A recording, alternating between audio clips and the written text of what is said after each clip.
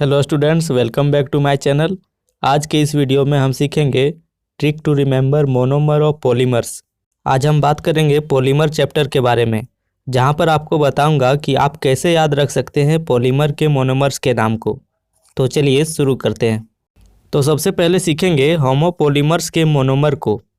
Homopolymer उस polymer को कहा जाता है जो कि एक ही टाइप के मोनोमर से मिलकर बना हो।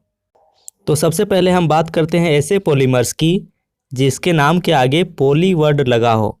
तो जब भी पॉली वर्ड लगा हो तो समझ लीजिएगा कि उस वर्ड के बाद वाला कंपोनेंट उसका मोनोमर है। जैसे कि पॉलीप्रोपीन, इसमें प्रोपीन मोनोमर है।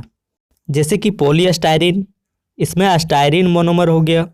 पॉलीविनाइल क्लोराइड, यानी कि इसमें विनाइल क्लोराइड जो है वो मोनोमर है। ठीक इसी तरह से पॉलीएक्राइलोनाइट्राइल, इसमें एक्राइलोनाइट्राइल मोनोमर है। इसी तरह से पॉलीटेट्राफ्लोरोइथिलीन, इसे टेफ्लॉन कहा जाता है, तो इसका मोनोमर हो जाएगा tetrafluoroethylene. Next polymer is polyvinyl acetate, तो इसका मोनोमर हो जाएगा विनाइल एसीटेट। अब हम बात करते हैं कोपॉलीमर के मोनोमर्स की। कोपॉलीमर उस पॉलीमर को कहा जाता है जो कि डिफरेंट मोनोमर से मिलकर बना हो। तो ये हमारे कुछ कोपॉलीमर्स हैं। अब इनके मोनोमर को हम कैसे याद रखें? इनके मोनोमर को याद रखना थोड़ा सा मुश्किल होता है, तो इसके लिए मैंने यहाँ पर दो पॉलीमर का ग्रुप बनाया है। तो इस ग्रुप का मतलब है कि इन दो पॉलीमर का पहला मोनोमर सेम होगा और जो दूसरा मोनोमर है वो डिफरेंट होगा। तो इन पॉलीमर्स के मोनोमर को कैसे याद रखें?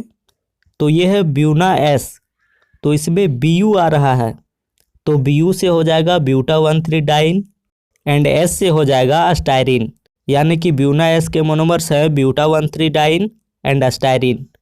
नेक्स्ट इज ब्यूना एन, और यहाँ पर भी Bu है। Bu से क्या बनेगा? ब्यूटा 1,3 डाइन एंड N से हो जाएगा नाइट्राइल, तो नाइट्राइल कौन सा? एक्राइलोनाइट्राइल। नेक्स्ट हमारा पॉलीमर है ग्लिप्टल एंड डेक्रोन। इनके मोनोमर को कैसे याद रखेंगे? तो ग्लिप्टल में ग्ली को अलग कीजिए और पटल को अलग कीजिए, तो ग्लाई से यहाँ पर एक वर्ड बनेगा ग्लाइकोल, और ग्लाइकोल भी कौन सा? Ethylene glycol.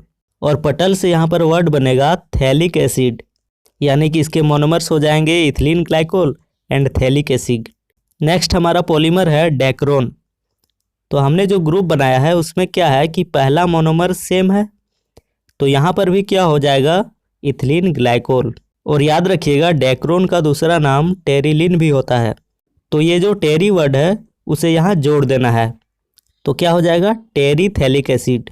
नेक्स्ट हमारा पॉलीमर है नाइलॉन 66 और नाइलॉन 610।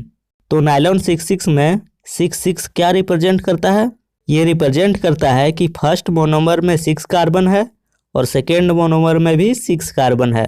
और नाइलॉन 610 में 610 रिप्रेजेंट करता है कि पहले मोनोमर में 6 कार्बन है और सेकेंड मोनोमर में 10 कार्बन है। तो इसका पहला मोनोमर है हेक्सामिथिलीन डायमीन और दूसरा मोनोमर है एडिपिक एसिड। और नाइलॉन 610 में पहला मोनोमर क्या होगा? तो पहला मोनोमर तो दोनों में कॉमन है, तो यहाँ भी हो जाएगा hexamethylene diamine and second monomer में 10 कार्बन होना चाहिए, तो यहाँ हो जाएगा sebacic acid. Our next copolymer is bakelite and novolac. इन दोनों पॉलीमर्स की खास बात यह है कि इन दोनों पॉलीमर्स के मोनोमर सेम हैं और इनके मोनोमर्स हैं फिनॉल और फॉर्मल्डिहाइड। बेकेलाइट जो है वो है क्रॉस लिंक्ड प्रोडक्ट और नेबोलेक है लीनियर प्रोडक्ट। तो इस तरह से पॉलीमर्स के मोनोमर को याद रख सकते हैं। अगर आपको ये ट्रिक पसंद आया हो तो इस वीडियो को लाइक करें, दोस्तों के साथ शेयर करें और इस चैनल को सब्सक्राइब करें। Thanks for watching.